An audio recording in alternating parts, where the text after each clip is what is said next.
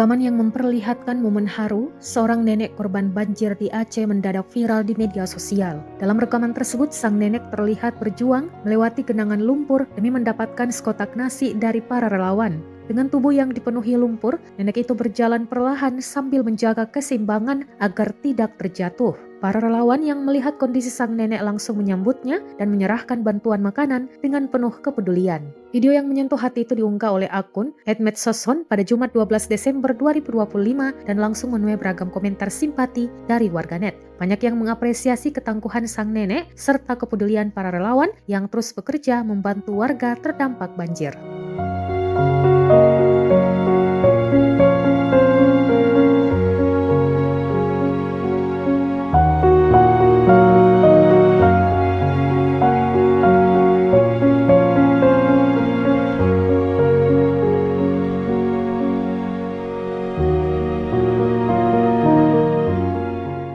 Download Tribun X sekarang, menghadirkan lokal menjadi Indonesia.